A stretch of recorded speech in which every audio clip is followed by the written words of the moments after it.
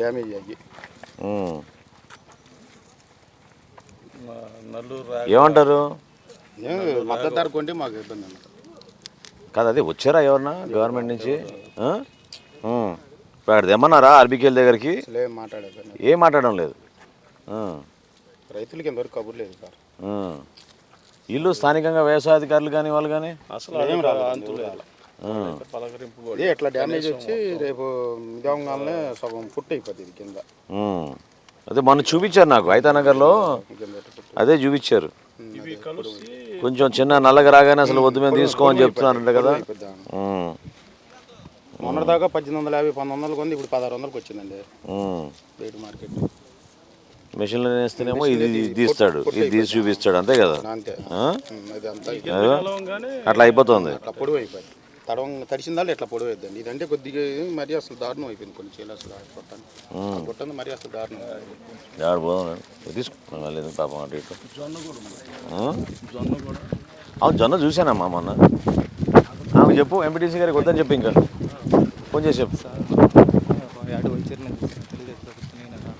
అవునా?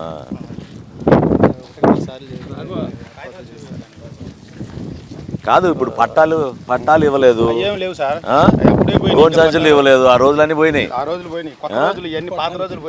విచిత్రంగా ఉంది. మనం చెప్తున్నారు నెల తిరిగి మామూలుగా తాటర్లు కానీ తయారు పేర్లు కానీ కోత మిషన్లు కానీ పట్టాలు కానీ కావాల్సిన రైతు వాళ్ళు పెట్టుకుంటూ వచ్చినాయి. ఇవాళ అయ్యలేవు.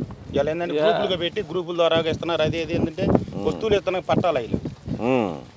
మొన్న వర్షానికి పట్టాల కోసం పట్టా నేను మన 10 ఏళ్ళు పెట్టి అటెల్లమ్మా వివేక్ అది క్వాలిటీ 10 ఏళ్ళు పెట్టి పట్టా కొనుక్కొచ్చేట్టు ఉంది. లేకపోతే ఆ క్వాలిటీ కూడా ఉండే కాదు కింద. కాదు, ఇప్పుడు ఏం చేస్తారు ఇప్పుడు వీటిని? వాళ్ళు ఇంకా మీకు స్పందించినప్పుడు ప్రభుత్వం కొంటే చాలు సార్. మద్దతు ధర కొంటే మేము నష్టపోం. రోజు నష్టం ఎటు జరిగింది దాన్ని ఎవరు బాగు చేయలేరు. మద్దతు ధర కొంటే చాలు. ఇది ఎట్లా ఫంగస్ వచ్చి అదే చూసా ఇది మిషన్ లేని పొడవు అయిపోద్ది. రేపు బేరగాడు పెట్టగానే ఆటోమేటిక్గా పనికి రాకుండా వాళ్ళు కావాల్సింది వేరు చూపిస్తారు. వాళ్ళు ఇట్లా ఉంది, క్వాలిటీ లేదని, సరుకు బాగాలేదని. తొక్కబాకండి. బిగినేసరికి 2200 మధ్యలో కొన్నారు సార్. సీజన్ బిగినేసరికి ఇప్పుడు 1600కి వచ్చింది. 1550. అదో వేగానే ఇరిగిపోతుంది అసలు. పాపం ఇంత పెట్టుబడి పెట్టి మళ్ళీ కూలీలు అందరిని పెట్టుకుని, ఇప్పుడు మనకి గతంలో ఉన్న సిస్టమ్ అసలు ఏం లేదు. ఈ ఆన్లైన్ అని చెప్పి ఇంకా ఇబ్బంది పెట్టేశారు. పిండి కట్టల కాడి నుంచి అసలు ఏం లేదు సార్. అంతా పెరిగిపోయిన రేట్లు.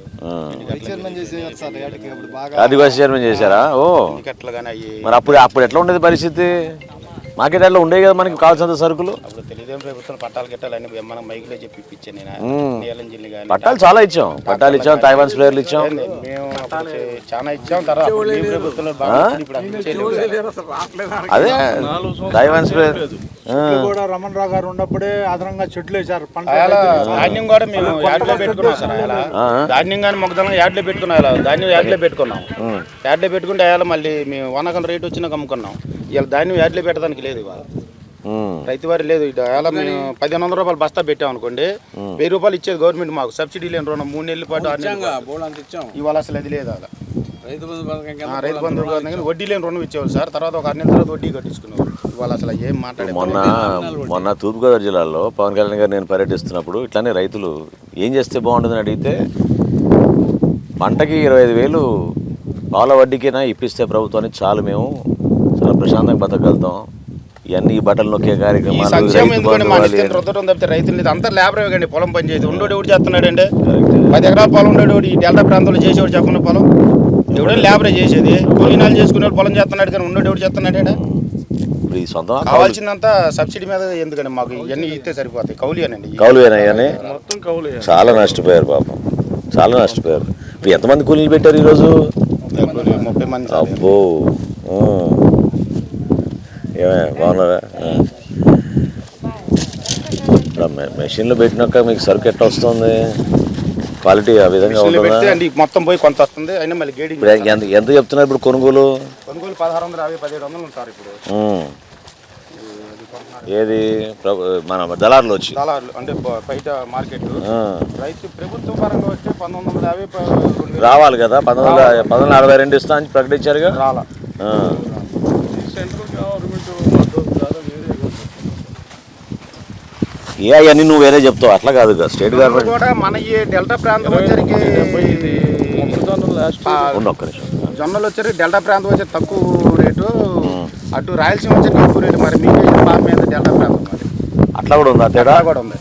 పోయినసారి 2000 చిల్లర 2700 రాయలసీమ కొన్నారు, మనకు వచ్చేసి 1750 కొన్నారు జొన్నలు. ఏది గత 2 సంవత్సరాలు, పోయిన సంవత్సరం అంత ముందల సంవత్సరం.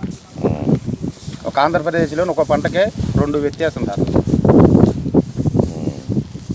1750 నీళ్ళుగా అంత ముందు రేటు కొంది జొన్నలో. నీళ్ళు వెయిట్ రేట్ ఉందిలే అనుకున్నాము. అట్లా రేట్ తేడానికి వచ్చింది అంత దళారులదే. ప్రభుత్వం నిర్ణయించిన రేటు డెల్టా ప్రాంతం ఒక రేటు, రాయలసీమ ప్రాంతం ఒక రేటు ఉందా? గవర్నమెంట్ నిర్ణయం ఎట్లా ఉంది? ఏం చేస్తారు ఇప్పుడు? ఇక ఈ మిషన్ వేసి పోయిన నుండి పోతే కథమా, ఇక ఏదో లోపల చూసి 3% అని చెప్పి అంతే కదా. ధాన్యానికి కూడా నీడు లేదు కానీ అంత ముందు డేటు 5 కిలోలు 6 కిలోలు తరుగు అమ్మాము ప్రభుత్వానికి. 6 కిలోలు అమ్మాం, 5 కిలోలు బస్తాకు 5 కిలోలు. నిమ్ము కాదు ఏం కాదు, ఏది మొలకుంది అది ఉంది అని 5 కిలోలు 6 కిలోలు తరుగు అమ్మాం. మాడతాను ఇప్పుడు, మాడతాను. సంతోషం ధైర్యం ఉండండి, రైతులు మాకు తప్పదు కదా, ధైర్యం ఉండండి. రాక తప్పదు. లేదు ధైర్యం ఉండండి. మన కష్టకాలాలు ఖచ్చితంగా వచ్చినాయి. ఎందుకంటే 3 సంవత్సరాల నుంచి చితిపోయారు రైతులు. దుబ్బుదామా అనే కానీ అరే రైతులు ఎంత బాధపడుతున్నారే, మనకు అన్నం పెట్టేవాళ్ళు బాధపడుతున్నాడా, వాడి సమస్య తీరుద్దాము. వాడికి ఏదన్నా ఇగో రూపాయలు నష్టం వచ్చింది, కనీసం ఒక 10 రూపాయో ఇవ్వాలి, చేయాలి. 60 పైసలు ఇద్దాం. ఎవరికి కన్నా ఉందా? ఎవరికి లేదు.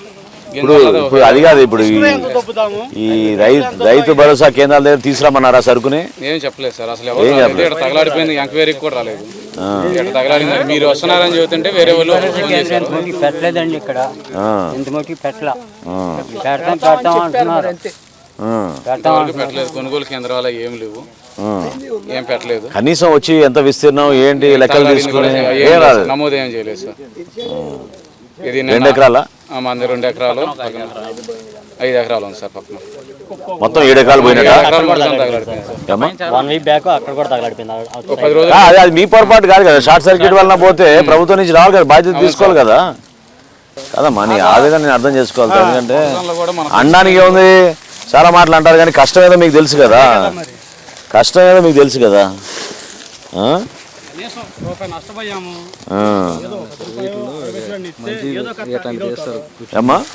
రూపాయి నష్టపోయారు, అది తగలబడి ఏదో ఒక 60 పైసలు ఏమన్నా ఇస్తే కథ ఎట్ట కొట్టాలు గెట్టనవుతారు.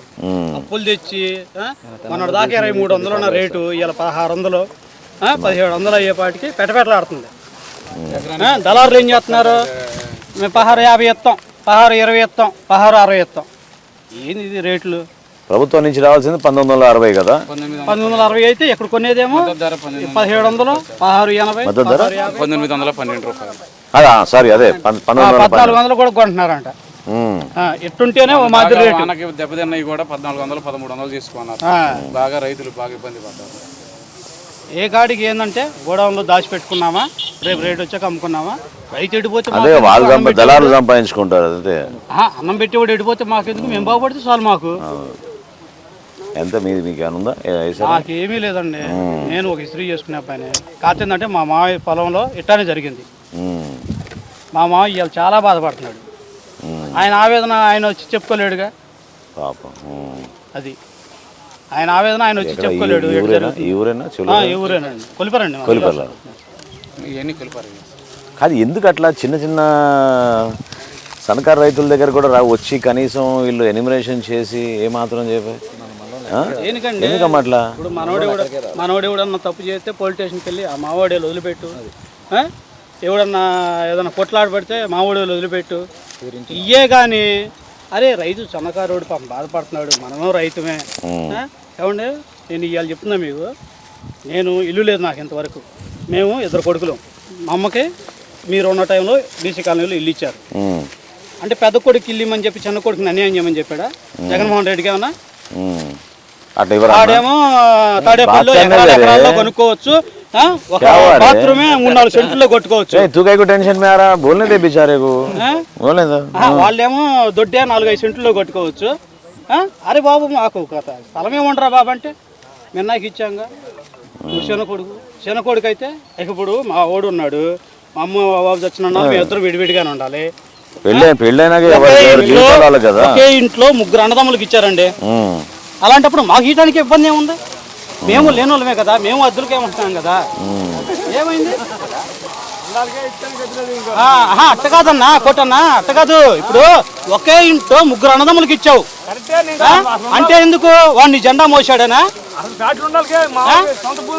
చెప్పటమేమో మాట ఏం చెబుతారు?